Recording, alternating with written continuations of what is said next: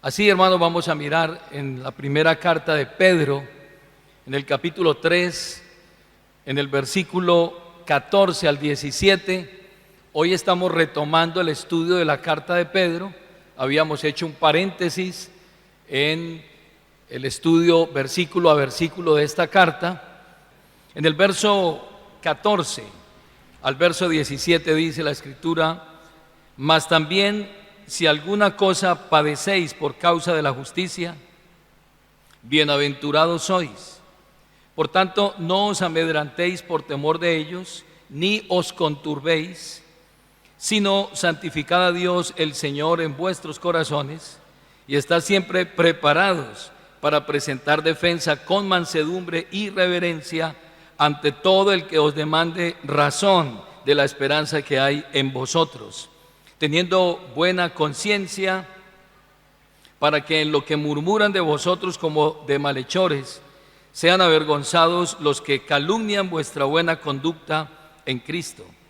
Porque mejor es que padezcáis haciendo el bien, si la voluntad de Dios así lo quiere, que haciendo el mal. Vamos a titular esta enseñanza en esta mañana: partícipes de las aflicciones de Cristo. Una de las cosas que más ocupa a los cristianos a lo largo de todas las épocas ha sido la búsqueda de la voluntad de Dios para sus vidas. No siempre está escuchando que el creyente quiere saber cuál es la voluntad de Dios para actuar con base en esa voluntad. Ahora, se pide la voluntad de Dios por varias razones. Número uno, porque esta voluntad agrada a Dios. Número dos, porque nos identifica con el Señor Jesucristo. El Señor Jesucristo vino e hizo la voluntad de Dios. Pero también porque es el sello o la evidencia de un hijo de Dios, hacer la voluntad de Dios. Y finalmente porque está relacionada con la obediencia, y esa obediencia nos trae a nosotros bendición. Hay unas bendiciones como resultado de la obediencia. Pero a veces, hermanos, solo relacionamos la voluntad de Dios con cosas agradables que nos gustan. Por ejemplo, quiero pedir la voluntad de Dios para un nuevo trabajo. Quiero pedir la voluntad de Dios para iniciar una relación, sea un hombre con una dama o una mujer con un caballero. Pedimos la voluntad de Dios para tomar decisiones personales. Y en general, siempre estamos pidiendo a Dios su voluntad en cosas de nuestra vida. Pero pocas veces pensamos que la voluntad de Dios esté relacionada con el sufrimiento, con la persecución, con el padecimiento que debemos afrontar también en nuestra vida. Nadie se levanta a pedirle a Dios en oración: Señor, ayúdame y que se haga tu voluntad en este día, que voy a ser perseguido, o voy a ser vituperado, o voy a padecer, o voy a sufrir. No, eso no está en nuestra mente, porque tenemos otra tendencia. En estos versículos, hermanos, vamos a encontrar precisamente que nos vamos a enfrentar por diversas causas a la persecución. Y nos vamos a enfrentar a la persecución, y vamos a ver en estos versículos la persecución o el sufrimiento por causa de la justicia. Vamos a mirar en estos versículos la manera en que se manifiesta esa persecución y la forma en que nosotros debemos afrontar y cómo no debemos afrontar esa persecución, y finalmente cuál es el propósito que Dios tiene al permitir que usted tenga momentos de apretura, momentos de persecución, momentos incluso de sufrimiento en su vida. ¿Cuál es el propósito que Dios está cumpliendo a través de ello? ¿Y para qué nos sirve a nosotros eso en nuestras vidas y en nuestra santificación progresiva? El mismo apóstol Pedro nos dice que los padecimientos del creyente nos hacen partícipes de la obra de Cristo. Y que cuando llegan esos momentos a nuestra vida, nosotros no debemos sorprendernos como si fuera algo extraño. Mire allí mismo en el libro de Primera de Pedro, capítulo 4, el versículo 12, el apóstol está diciendo a los creyentes: amados, no os sorprendáis del fuego de prueba que os ha sobrevenido, como si alguna cosa extraña os aconteciese, sino gozaos. ¿Por qué? Por cuanto sois participantes de los padecimientos de Cristo, para que también en la revelación de su gloria os gocéis con gran alegría.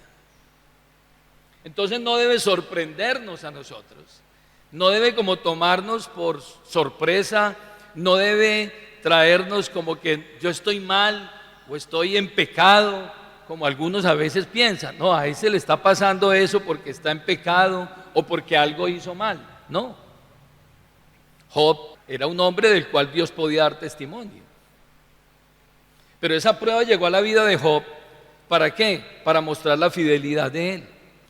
Así que todos los que nos identifiquemos con Cristo y con su obra, es decir, con la expansión de su reino, sufriremos de una u de otra forma persecución, sufrimiento, situaciones diversas que van a traernos muchas veces aflicción a nuestra vida. ¿Pero es por qué? Porque nosotros nos estamos identificando con Cristo.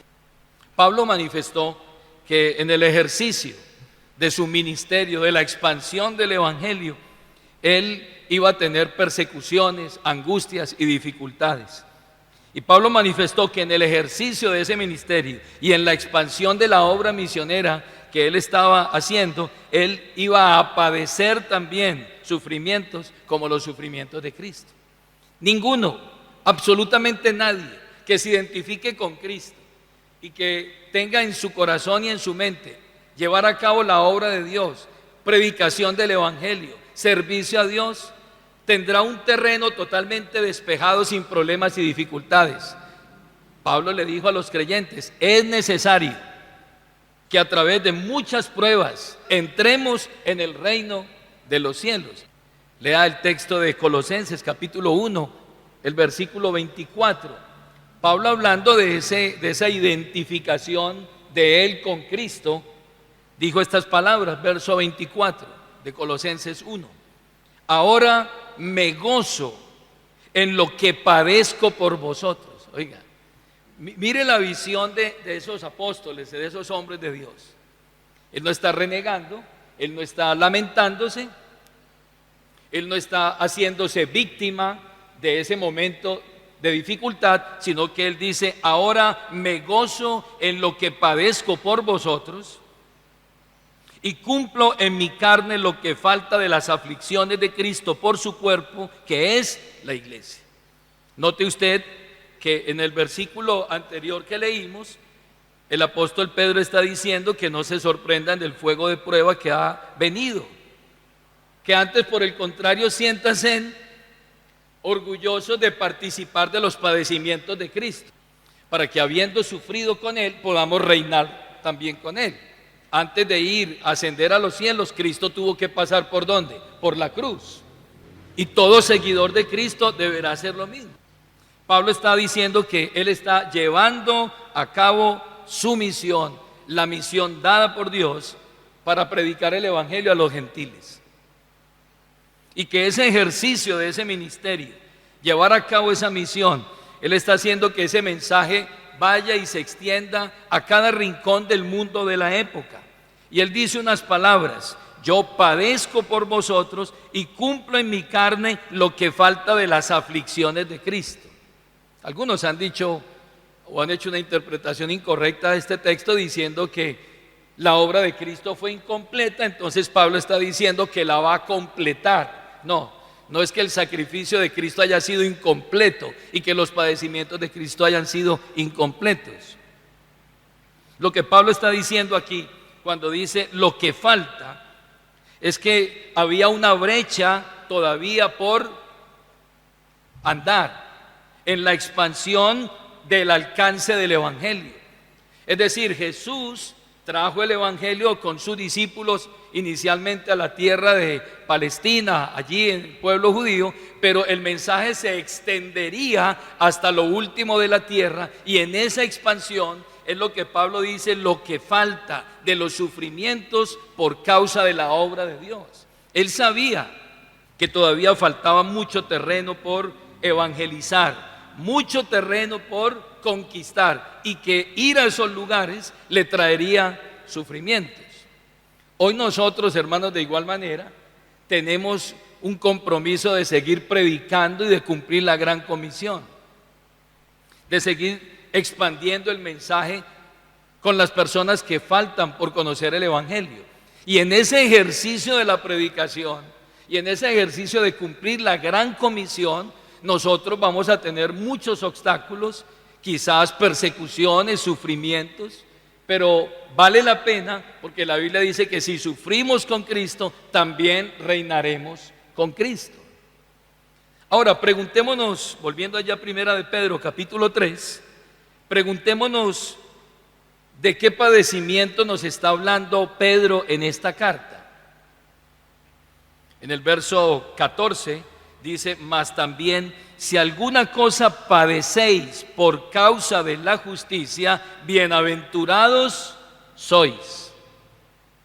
Pedro está citando aquí, lo que Pedro está haciendo aquí es citando el sermón de las bienaventuranzas predicado por Cristo a sus discípulos, mostrándoles allí en el capítulo 5 de Mateo, lo que leíamos al principio, les está mostrando el carácter de aquellos que hacemos parte del reino de Dios. Eso es lo que Pedro está haciendo aquí.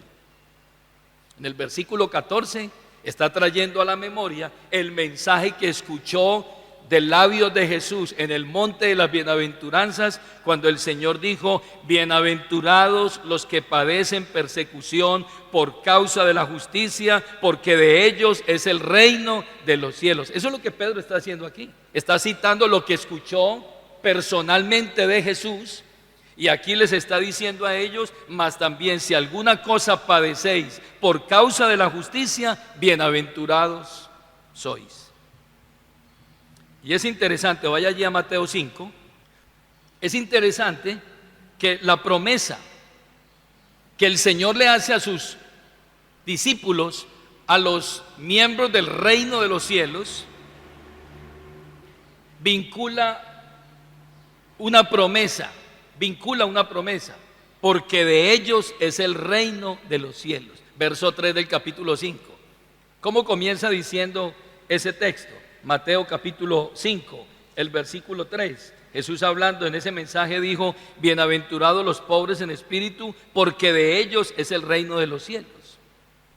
Y en el versículo 10 dice: bienaventurados los que padecen persecución por causa de la justicia, porque de ellos es el reino de los cielos. Se repite.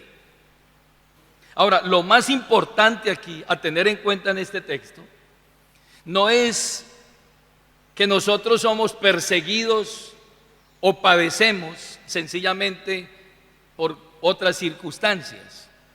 Lo más importante a tener en cuenta en este texto que acabamos de leer es que el sufrimiento del creyente es por causa de la justicia.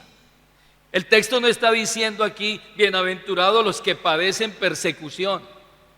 Lo que el texto está diciendo aquí es: bienaventurados los que padecen persecución por causa de la justicia. Porque esto no es un cheque en blanco. Cualquier sufrimiento entonces me trae bienaventuranza, me hace dichoso. No. El Señor está haciendo claro aquí: la bienaventuranza es para aquellos que padecen por causa de la justicia. Bienaventurados los que padecen persecución por causa de la justicia. El texto no dice: bienaventurados los que son perseguidos o padecen persecución por su necedad y por su extravío. No es porque el creyente se apartó y tuvo problemas y se vio involucrado en cosas y entonces padeció por eso y entonces es bienaventurado. No es por el extravío y por la necedad del creyente, no es por eso. Ahora, la bienaventuranza tampoco dice bienaventurados los que padecen persecución por su fanatismo religioso. Tampoco dice eso el texto. No es por su extremismo religioso.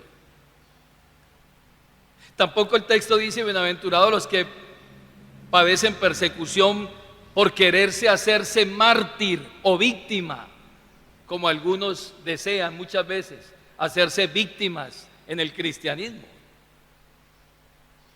Tampoco dice el texto bienaventurados los que padecen persecución cuando defienden una causa política, o defienden una causa social, o defienden una causa religiosa, o defienden una causa ambiental. No, él no está diciendo eso.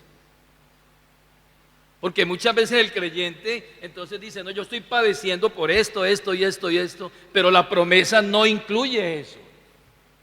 Ahora, si alguno desea padecer por cualquiera de las situaciones que acabo de mencionar, eso ya es elección y una decisión de cada uno. Pero usted no puede reclamar la promesa que el Señor está haciendo para aquellos que padecemos persecución por causa de la justicia, que de ellos será que el reino de los cielos. E incluso Pedro en el capítulo 4, el verso 15 dice, así que ninguno de vosotros padezca como homicida, como ladrón, como malhechor o por entremeterse en lo ajeno. En otras palabras, usted llegó donde nadie lo llamó. Y ya si usted sufre por eso, ya el Señor no responde por eso. La promesa no es para esa persona. Dice, por entremeterse en lo ajeno. Lo llamaron, perdón, no lo llamaron y ahí usted apareció allá a defender algo de lo cual no lo estaban llamando. Ahora, repito, si alguno quiere padecer por eso, hágalo. Usted es libre de hacerlo. Pero la promesa está limitada a aquellos que sufren por causa de la justicia. Bienaventurados cuando os persigan por causa de la justicia. No es por otra cosa. Ahora, ¿qué significa pues ser bienaventurado por causa de la justicia? ¿Qué significa eso? ¿Qué significa sufrir padecimientos, opresión, persecución por causa de la justicia? Hermanos, sencillamente, como dice el pastor Martins Loyón, ser justo, practicar la justicia, significa en realidad ser como el Señor Jesucristo. Ser como el Señor Jesucristo. Por tanto, son bienaventurados los que son perseguidos por ser como es el Señor Jesucristo. Más aún, los que son como Cristo, entonces siempre sufriremos persecución, siempre sufriremos crítica, siempre sufriremos escarnio. Aquellos que nos hemos dado a la tarea por la misericordia de Dios de ser no simplemente unos admiradores de Cristo, no simplemente unos fanáticos de Cristo, no, creyentes que nos queremos y deseamos con toda nuestra alma ser imitadores de Cristo. Esos serán quienes sufran y suframos persecución. Escuche lo que el Señor dijo en Juan 15, 18 al 20. Si el mundo os aborrece, sabed que a mí me ha aborrecido antes que a vosotros. Si fuerais del mundo, el mundo amaría lo suyo, pero porque no soy del mundo, antes yo os elegí delante del mundo, por eso el mundo os aborrece. Si a usted lo llegan a aborrecer por ser imitador de Cristo, sepa que a usted lo aborrecen por una sencilla razón: a él lo aborrecieron primero. Dice, acordaos de la palabra que yo os he dicho. Dice el versículo 20, el siervo no es mayor que su Señor. Si a mí me han perseguido, también a vosotros os perseguirán. A ustedes los van a perseguir. Esta es una afirmación absoluta. Si usted realmente es un hijo de Dios, un seguidor de Cristo, alguien que está en procura de imitar a Cristo, usted va a sufrir persecución. Pablo se lo dijo a Timoteo, segunda de Timoteo capítulo 3, el verso 12. Y también todos los que quieren vivir piadosamente en Cristo padecerán persecución. Posible que usted en este momento esté sufriendo persecución dentro de su misma familia, o esté recibiendo persecución de sus compañeros de trabajo, que le hacen la guerra, que le hacen la vida imposible por causa de la justicia, por causa de ser imitador de Cristo, y hasta llegan a burlarse, y muchas veces de forma injusta. Pero note usted, hermano, que la Biblia muestra una constante desde Génesis hasta Apocalipsis, de todos aquellos que seguimos a Cristo, imitamos a Cristo y somos uno con Cristo, han sido perseguidos por causa de la justicia. Caín persiguió a Abel y llegó al punto de matarlo. Ismael persiguió a Isaac, el hijo de la promesa. Lo perseguía y se burlaba de él. Los hermanos de José lo persiguieron, lo iban a matar. Rubén el mayor lo libró y antes lo vendieron, pero Dios tenía un propósito con él. Perseguido. Faraón perseguía a Moisés desde niño, lo iba a matar.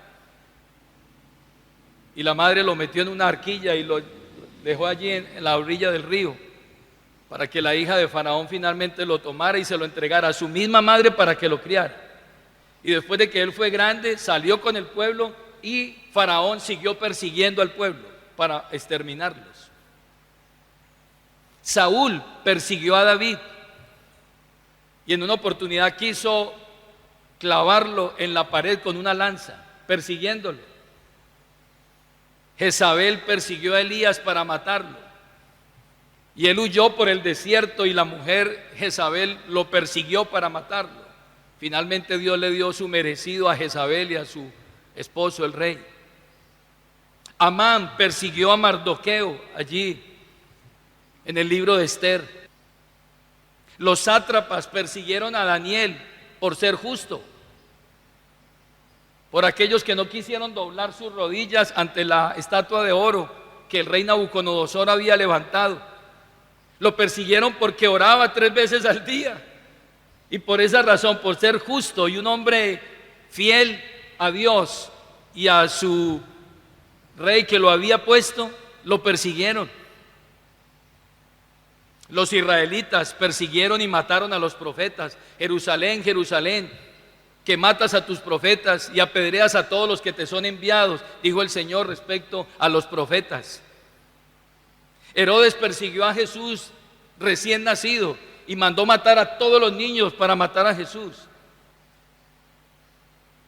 Los fariseos y los escribas persiguieron a Jesús para matarlo, iniciando su ministerio. Allí en Lucas dice que lo iban a despeñar por una montaña, pero él salió de allí porque no había llegado su hora. Finalmente lo mataron, lo clavaron en una cruz y lo mataron. Y soltaron a un homicida, a un bandido en lugar de Jesús. Prefirieron al injusto por el justo. Los judíos persiguieron a los apóstoles para matarlos y mataron a Jacobo a espada. Fue el primer mártir en Jerusalén. Saulo de Tarso perseguía a la iglesia para exterminarla y yendo hacia el camino de Damasco, el Señor se le apareció en un reflejo de luz y le dijo: Saulo, Saulo, ¿por qué me persigues? Los judíos y todo el imperio romano persiguieron a la iglesia e hicieron que la iglesia fuera a la diáspora, a la dispersión. Y Pedro escribe ahí en el primer capítulo que leemos, hablándole a esos expatriados, les dice: Pedro, apóstol de Jesucristo, a los expatriados de la dispersión en el Ponto, Galacia, Capadocia, Asia y Bitinia. Quedaron dispersos. Los judíos persiguieron a la iglesia. Los reyes y Roma mismo persiguió a los reformadores, Martín Lutero, Calvino, Juan Hus. Todos estos hombres tuvieron que huir, huyeron sencillamente porque quisieron sacar a la luz la verdad. Y hasta hoy, mis hermanos, hasta hoy la iglesia es perseguida por diversos sistemas. El comunismo persigue el cristianismo y otras ideologías persiguen el cristianismo para exterminarlo. Así que vemos aquí de principio a fin que todos los que hemos nacido de nuevo, todos los que tenemos a Cristo por Señor y Rey, sufriremos ¿qué? Persecución por causa del Evangelio. Pero preguntémonos en esta mañana, ¿quién persigue a los justos? ¿Quién los persigue? Cuando uno lee las Escrituras y lee la historia de la iglesia, uno descubre que la persecución no solo es llevada a cabo por el mundo que persigue a la iglesia, persigue a los que son de Cristo, sino que también la persecución se suscita incluso de dentro de la misma iglesia, persiguiendo a los mismos hombres y mujeres que estamos determinados a ser cada vez más como Cristo. Y algunas de las persecuciones más violentas que han sufrido los justos, de manos de gente religiosa que está allí dentro de la misma iglesia, y a menudo aquellos que llamamos los pseudo cristianos o los falsos cristianos han procedido en nombre de Dios, han perseguido a esos hombres y a esas mujeres. Los mayores ataques que Pablo recibió fue muchas veces de los mismos líderes de la iglesia. En Filipenses capítulo 1, el versículo 15 al 18, Pablo fue atacado por muchos que predicaban el Evangelio y que hacían parte del liderazgo. Atacaban a Pablo. En el verso 16 dice: los unos anuncian a Cristo por contención, no sinceramente, pensando añadir aflicción a mis prisiones. Pero Pablo decía, unos predican por contienda, otros predican por disensión, otros predican por traerme más aflicción a mis prisiones, porque siempre decían que él no era apóstol, que era un intruso entre los apóstoles. Pero Pablo decía, de todas maneras, Cristo es predicado, sea por contienda o por lo que sea, Cristo es que ha anunciado. Pero tristemente, esa oposición venía de esos mismos predicadores que le perseguían. Juan, el apóstol, váyase a Tercera de Juan, vaya allí al libro de Tercera de Juan, muestra que había una persecución por los mismos líderes de la iglesia, porque siempre ha habido una persecución, un choque, un combate entre la verdad y la hipocresía de muchos. En Tercera de Juan capítulo 1, solo tiene un capítulo, el versículo 9, habla de la oposición de Diótrefes. Era un líder dentro de ellos, alguien de renombre en la congregación. Hablando del apóstol Juan, yo he escrito a la iglesia, pero Diótrefes, al cual le gusta tener ¿qué? El primer lugar entre ellos, no nos recibe. Líderes que quieren buscar protagonismo, quieren tener el primer lugar entre ellos. Y Juan escribía las cartas, pero él se encargaba de que las cartas no llegaran. Pues dice la Biblia, pero Diótrefes, al cual le gusta tener el primer lugar entre ellos, no nos recibe. Verso 10, por esta causa, si yo fuere, recordaré las cosas que hace parloteando con palabras malignas contra nosotros, y no contento con estas cosas, no recibe a los hermanos, y a los que quieren recibirlos se los prohíbe y los expulsa ¿de qué? De la iglesia. Oiga, claro, uno esperaría que el liderazgo pues actúe en la misma, sean consecuentes, en el caso de Juan y del mismo Pablo. Pero Diótrefes estaba allí sembrando oposición, buscando protagonismo, buscando reconocimiento, parloteando, un parlanchín. Y dice, y cuando llegaban los hermanos, le decía, no lo reciba, sembrando ¿qué? División y cizaña. Y Juan entonces, luego muestra en el verso 11, la diferencia entre un Diótrefes y un Demetrio. Lea conmigo el verso 11. Amado, no imites lo malo, sino lo bueno. El que hace lo bueno es de Dios, pero el que hace lo malo no ha visto a Dios.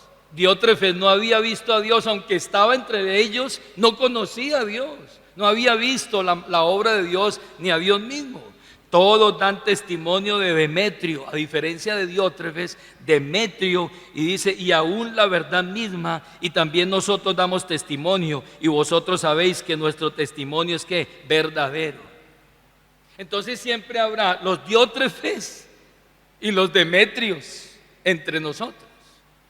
Nosotros tenemos que estar ubicados en cuanto a eso, que va a haber oposición, va a haber persecución. Pero ruegue usted a Dios que usted no sea un Diótrefes, sino que usted sea un ¿qué? Un Demetrio, una persona que está ¿qué? Buscando el avance de la obra. Dice aquí, hablando de ese hombre llamado Demetrio, el que hace lo bueno es de Dios. Todos dan testimonio de Demetrio y aún la verdad misma da testimonio de él. Que nosotros nos convirtamos, hermanos, en esas personas que ayudan al avance y no hacer lo que hacía Diótrefes. Los reformadores que se propusieron sacar adelante la palabra para ponerla en las manos del pueblo, sufrieron brutalmente la persecución por manos de Roma y la religión tradicional. Esa iglesia apóstata se encargó de perseguir a la iglesia.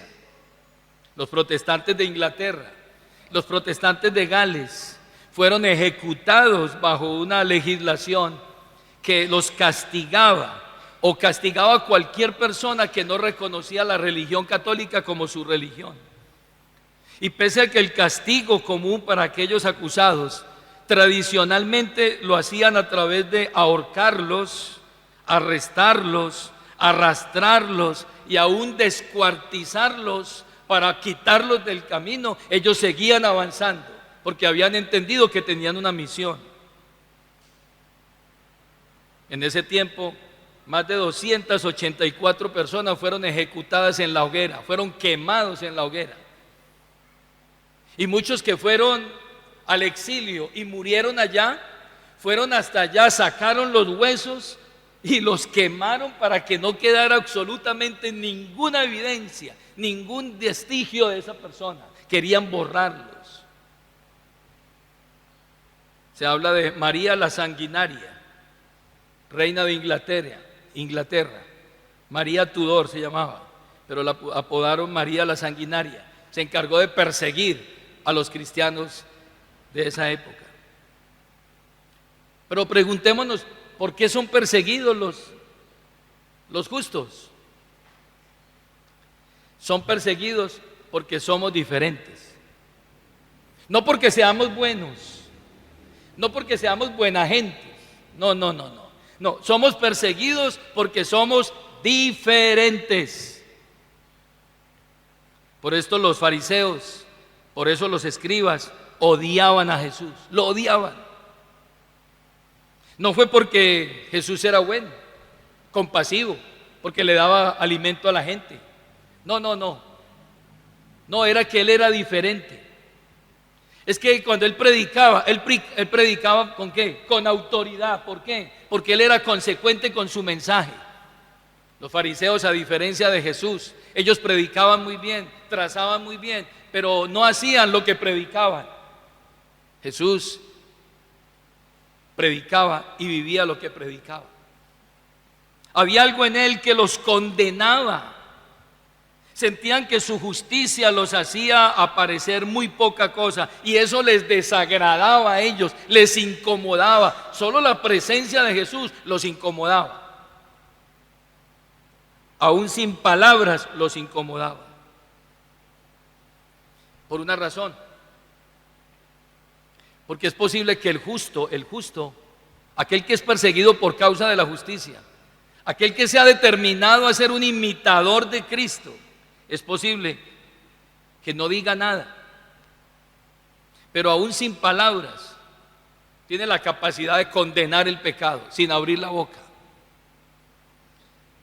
Pero por ser lo que Él es, ese justo, la gente dirá en muchas ocasiones acerca de quienes seguimos la justicia: yo sí creo que Él es un buen cristiano, yo sí creo que Él siga la verdad, pero eso es demasiado, eso ya es extremismo, eso ya es fanatismo. Yo sí creo que Él predica la verdad y que vive bien, pero eso es muy extremista, y además para este tiempo no se necesita tanto.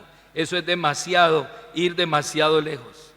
Y esa es la explicación por la que Daniel fue perseguido, el profeta.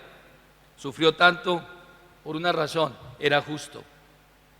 Y cuando él se arrodillaba a orar, los sátrapas iban a mirar a ver qué estaba haciendo y miraban por la ventana que él abría 3 veces al día para orar a su Señor. Lo manifestó de muchas maneras y les mostró a ellos la relación que tenía con Dios. Pero ellos decían en su corazón y en su mente: este hombre nos condena con lo que hace, tenemos que acabarlo. Con lo que vive, cómo es, cómo actúa, su carácter, aún su mirada, sus palabras nos condenan, hay que borrarlo del mapa.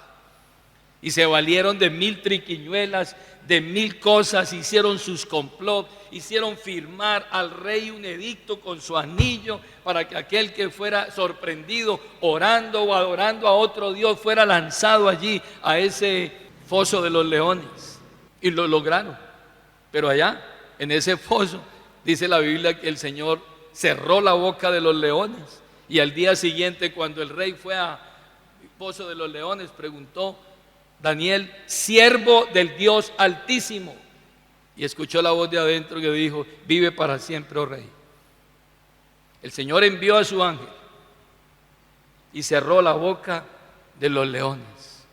Pero no solamente los leones que habían en el foso, no solamente los leones, los felinos que estaban en el pozo, Dios se encargó de cerrarles la boca. Los mismos leones que estaban afuera, que se lo querían devorar por ser justo. Hermano, yo creo que hoy hay una sociedad que cruje los dientes contra los justos, contra aquellos que seguimos parados levantando una bandera por la familia, por la vida, por la santidad, por la justicia de Dios, por el Evangelio, y serán aborrecidos y perseguidos. Y esta bienaventuranza va a poner a prueba nuestra verdadera idea acerca de lo que es ser cristiano en un mundo no cristiano. Porque ese es nuestro desafío hoy: cómo ser cristianos en un mundo no cristiano, en una universidad, en un colegio, en una oficina, en una empresa, en una sociedad, donde le dice el apóstol Pedro, una sociedad malvada, en una institución pública donde pulula la corrupción y tú estás allí. El cristiano es como su Señor. Y por esto Él dijo de esos seguidores: ay de vosotros, se lo dijo a sus seguidores, cuando todos los hombres hablen bien de vosotros. Repito, ay de vosotros, cuando todos los hombres hablen bien de vosotros, porque así hacían sus padres con los falsos profetas. Ay de vosotros, cuando todo el mundo diga: no, es que ese hombre es, y no logremos incomodar el pecado de esta sociedad.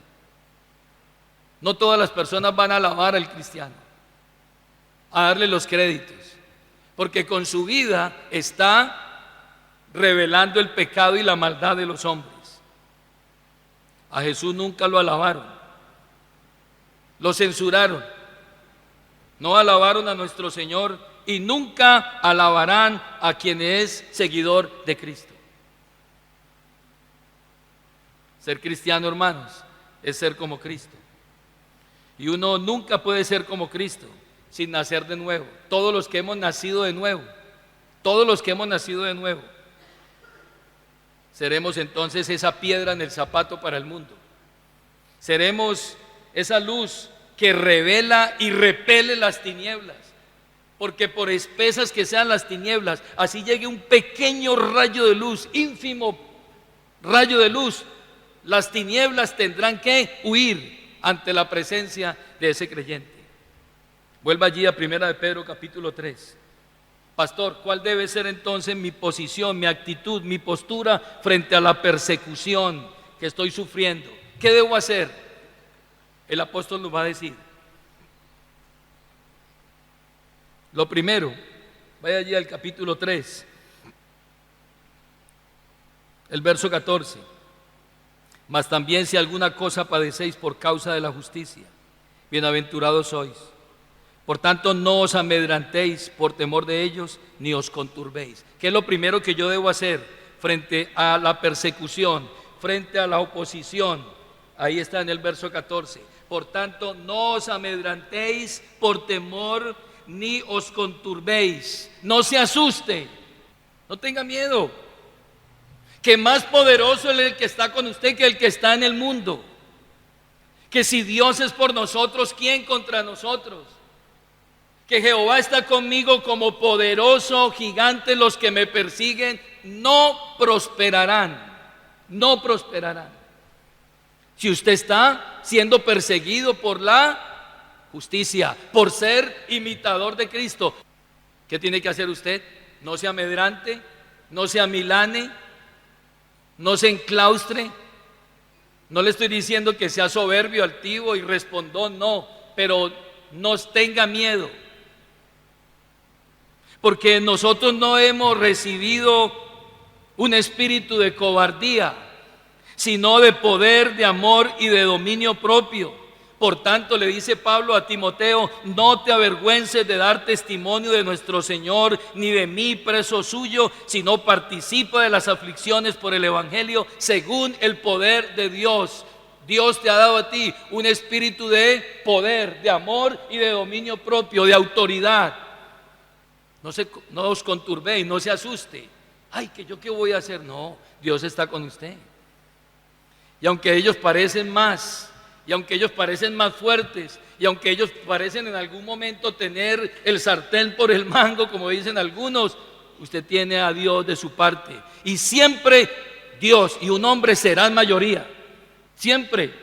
Lo segundo, verso 15, de lo que debemos hacer. Dice: si no, santificad a Dios el Señor en vuestros corazones. ¿Qué tengo que hacer yo? Dejar que Cristo sea el Rey, el soberano en mi corazón. Aquí se refiere a Cristo. Y el versículo se podría leer de esta manera: aparten a Cristo como Señor en el trono de sus corazones. Mantenga a Cristo como Señor y soberano en su corazón, reinando, y usted sabrá que Él actuará por usted. El corazón es el santuario en el que Él prefiere ser adorado. Y si usted vive en comunión sumisa con el Señor Jesucristo, en amor y obediencia a Él, no tiene que tener ningún miedo, ningún temor, porque Cristo es el Rey soberano en su corazón. Por eso Pedro pregunta en el verso 13: ¿y quién es aquel que os podrá hacer daño si vosotros seguís el bien? ¿Quién les va a hacer daño? ¿Quién acusará a los escogidos de Dios? ¿Quién los va a condenar? Si Él no escatimó a su propio Hijo por usted, entonces ¿usted cree que Él lo va a dejar a usted? ¿Lo va a abandonar a usted? Él sigue sentado en su trono y Él sacará a la luz a los justos. La Biblia dice que los que miraron a Él no fueron ¿qué? Avergonzados. Por eso Pablo le dice a Timoteo: no te avergüences de dar testimonio de mí. No te avergüences. Porque a veces el cristiano se amilana, el cristiano como que se retrae frente a las carcajadas de los incrédulos. No te amilanes. Jehová está contigo. Verso 15. ¿Qué más tengo que hacer yo? dice el texto, y estad siempre preparados para presentar defensa con mansedumbre y reverencia ante todo el que os demande razón de la esperanza que hay en vosotros.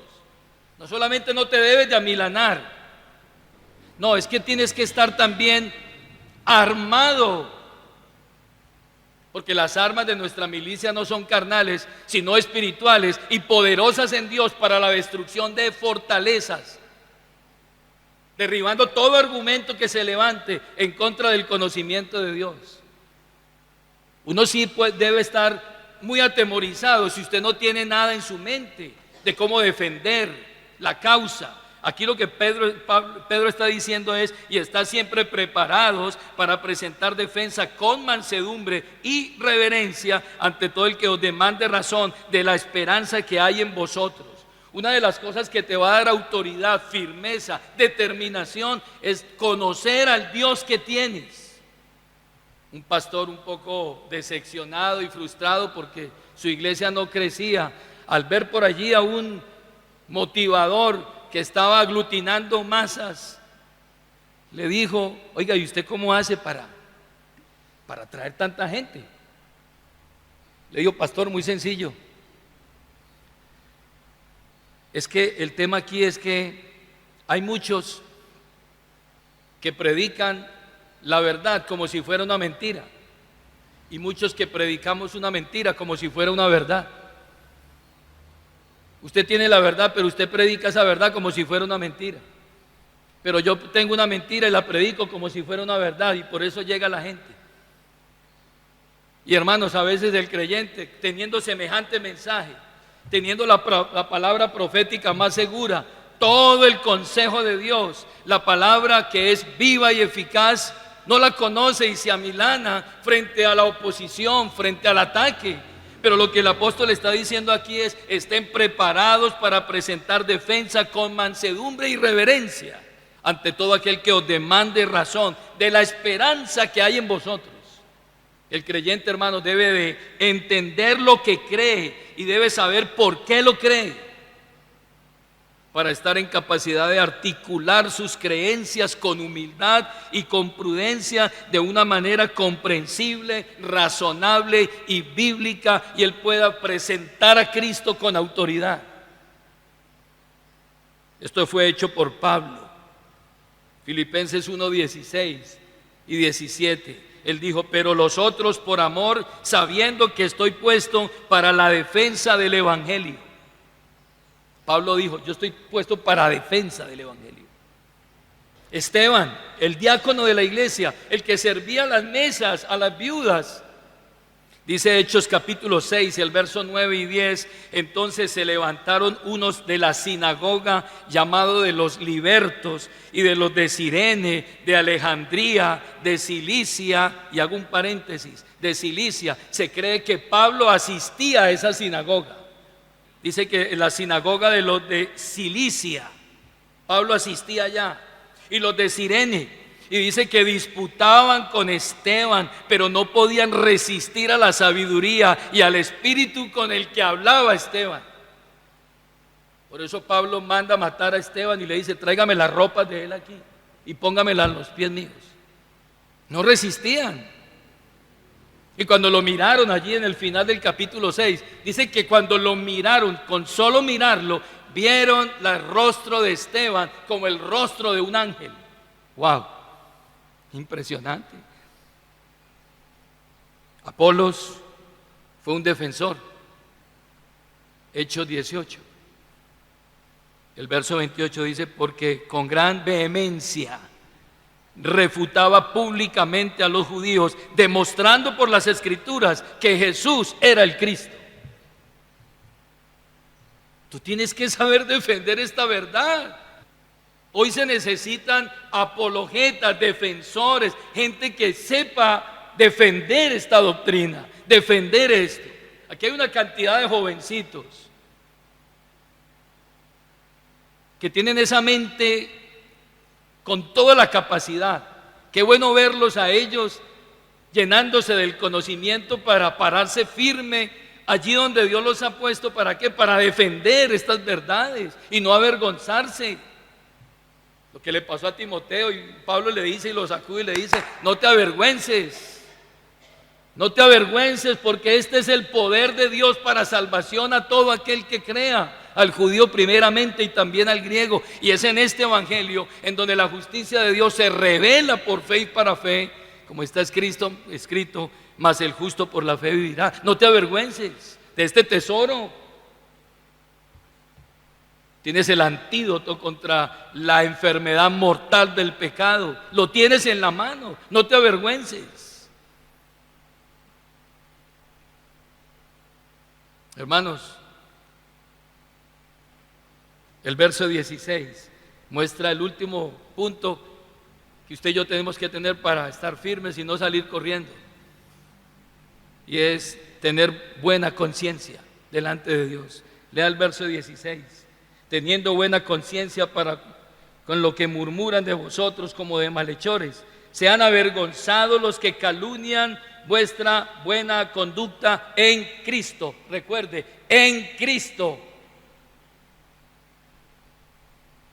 Platiqué en estos días con un hombre que vino a predicar y me decía: ¿y tú de qué denominación eres? No, que yo soy de allí, yo soy de allí. Yo le dije: mira, en realidad, ¿de dónde eres o de dónde soy? Es importante, sí, pero lo más importante es que tú estés en Cristo. Porque tú puedes ir a una denominación, cualquiera que sea, pero si tú no estás en Cristo, puedes estar en la mismísima iglesia donde se predica la sana doctrina, pero tú no estás en Cristo, no estás en nada. Y por eso todas estas promesas son ¿para qué? Para los que están en Cristo, teniendo buena conciencia, para que en lo que murmuran de vosotros como de malhechores sean avergonzados los que calumnian vuestra buena conducta en Cristo. Te pregunto, ¿estás en Cristo? Hermano, la conciencia acusa al notificar a las personas su pecado y produce en ellos culpa, vergüenza, duda, temor, ansiedad y angustia. La conciencia, una vida libre de pecado, vivida bajo el dominio de Cristo, bajo la soberanía de Cristo, hará que nosotros podamos pararnos firmes con toda la seguridad de nuestra conciencia de que estamos siguiendo la verdad. Y esto hará que los acusadores falsos de nosotros, al ver nuestra determinación, nuestra seguridad, saber que en quién hemos creído, como dijo el apóstol Pablo, yo sé en quién he creído, entonces dice el texto que ellos se sentirán avergonzados. Dice que sean avergonzados los que calumnian vuestra buena conducta en Cristo. Finalmente serán que avergonzados, y tú vas a resplandecer. Primera de Pedro 2:12, léanlo por favor, 2:12 al 15. Manteniendo buena vuestra manera de vivir entre los gentiles, para que en lo que murmuran de vosotros como de malhechores, glorifiquen a Dios en el día de la visitación, al considerar vuestras buenas obras. Verso 15 dice: porque esta es la voluntad de Dios. Escuche bien, esta es la voluntad de Dios, que haciendo el bien hagáis callar la ignorancia de los hombres insensatos. Por eso termina el texto diciendo: porque es mejor que padezcáis haciendo el bien, si la voluntad de Dios así lo quiere, que haciendo el mal. Concluyamos en esta mañana. Hoy hay miles y miles que estamos siendo perseguidos, unos de una manera, otros de otra, por causa del evangelio, por causa de la justicia. Tú puedes estar siendo perseguido en tu familia, en tu hogar, en el lugar donde estás, pero hermanos, allí Dios se va a glorificar en medio de esa situación. Y ellos tendrán que reconocer, esos que te persiguen no van a prosperar, no van a prosperar. Porque la Escritura nos muestra de Génesis a Apocalipsis que todos los que los persiguieron perecieron, quedaron abnegados. Hoy Hay muchos países, hay muchas naciones. Hoy hay miles de cristianos que están siendo perseguidos por su fe en muchas partes del mundo, entre ellos Corea del Norte. Y la fe en Jesús puede significar la sentencia de muerte en Corea del Norte, por ejemplo. Una organización llamada Puertas Abiertas estima que hay alrededor de 400,000 cristianos en Corea del Norte y todos son cristianos clandestinos. No pueden llevar una Biblia como nosotros, no se pueden congregar como nosotros. Es más, no pueden decir que son cristianos como nosotros. En el caso de ser atrapados por el gobierno, si tienen suerte de escapar de la muerte, serán enviados al exilio para trabajos forzosos. Una mujer llamada Bae y su esposo fueron dos de los afortunados. Han quedado vivos, pero también condenados a toda su vida en penurias y en trabajos forzosos. Fueron clasificados por el Estado norcoreano en lo que se denomina como la clase hostil. Esto significa que ellos estarán en el exilio y estarán en el peldaño más bajo en lo que concierne a la ayuda gubernamental. Ellos serán asignados a labores y trabajos forzosos, sin asistencia social. Y esa pareja fue llevada a una aldea remota y allí se les asignaron pesados trabajos agrícolas desde muy temprano de la mañana hasta cuando ya se oculta el sol. Y ellos saben que vivirán en esa aldea hasta que se mueran allá. Recientemente se pudo recibir una carta de Bae, la cual es una preciosa oportunidad para que escuchemos a una hermana, a una líder cristiana que todavía está dentro de Corea del Norte. Y esto es lo que ella escribió. Voy a leer una parte de esa carta que está dirigida a ti en esta mañana. A ti, querido hermano o hermana, estamos bien. Por la gracia de Cristo y por tus oraciones, tenemos paz. Mientras te escribo esta carta, me siento abrumada, porque jamás podríamos devolverte la ayuda y tus oraciones. Cuando encontraron nuestra Biblia, dice ella, la destrozaron de inmediato. Por causa de nuestra fe, nos exiliaron a un pueblo lejano, sin posibilidades de regresar. El trabajo aquí es duro, la comida muy limitada. Siempre estamos hambrientos, siempre estamos enfermos y tenemos que buscar en el pasto muchas veces para comer y sobrevivir. Pero cuando abro mis ojos cada mañana, puedo sentir la presencia de Dios, nuestro Señor. Y gracias a nuestro Padre, aún me siento con la fortaleza suficiente para servirle a Dios. Fue muy difícil, pero recientemente pude cruzar la frontera con China. Allí conocí a otros cristianos. Me dieron comida, me dieron medicina y por la gracia de Dios me regalaron una nueva Biblia. Me ofrecieron quedarme en China y aquello significaba libertad, pero no podía abandonar a mi familia ni tampoco a la iglesia, sin importar cuán pequeña sea. Desde tu óptica, hermano, nuestro sufrimiento debe parecerte una maldición. Sin embargo, para nosotros es una bendición porque nos acerca más al Padre. Hermano, tengo una última petición para ti. Haz llegar nuestra gratitud a todos aquellos que oran por nosotros. A cambio, te prometemos mantenernos firmes para seguir propagando el Evangelio por toda la nación de Corea del Norte. Tu hermana en Cristo, Bae. Cuando yo leo esto, a mí me da vergüenza. Nosotros lo tenemos todo, todo. pero nos detiene cualquier cosa. Y esta gente, teniendo la posibilidad de irse para ser libres, dice: no, yo tengo una misión allá, yo voy a hacer ese trabajo. Y aunque sea muy pequeña esa pequeña congregación, yo voy a volver allá con esa Biblia nueva y voy a seguir haciendo el trabajo. ¿Y tú y yo qué estamos haciendo? ¿Qué te obstaculiza a ti? ¿Qué te frena a ti? Es un desafío para nosotros hoy. Recuerda que tú no has recibido un espíritu de cobardía y que nosotros, dice la Biblia, no somos de los que retroceden, sino de los que van hacia adelante para preservación del alma. Tenemos hoy un desafío, hermanos. Queda poco tiempo para hacer la labor.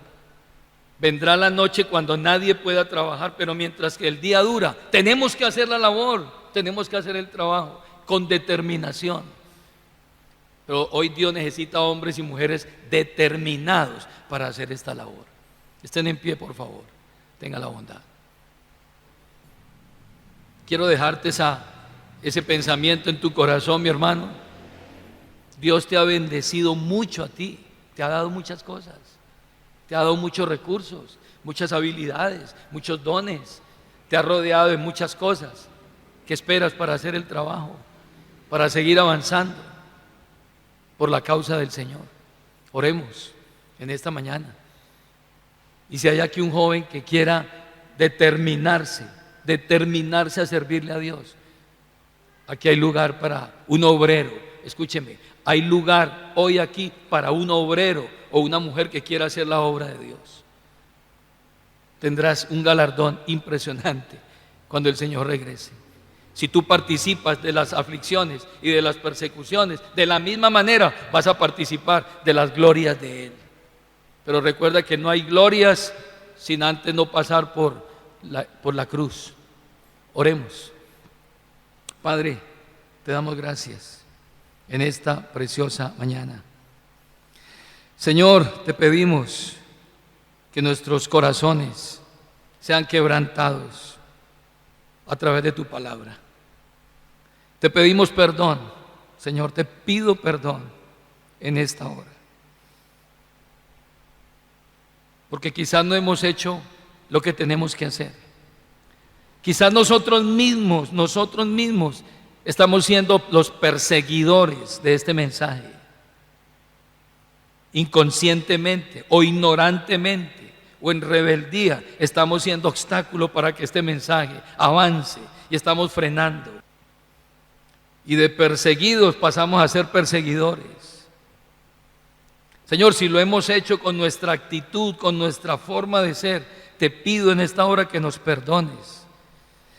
Que esta iglesia, Señor, llena de hombres y mujeres que han recibido tantas bendiciones materiales y espirituales, Señor, nos determinemos a colocarnos en la brecha.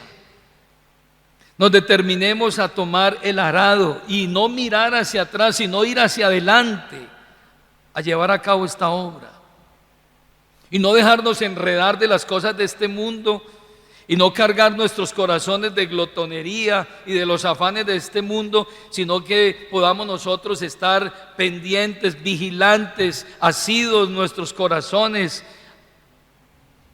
con la verdad y podamos, Señor, finalmente presentarnos un día ante ti con nuestras manos cargadas de esas gavillas que traemos, Señor, como fruto de nuestro trabajo.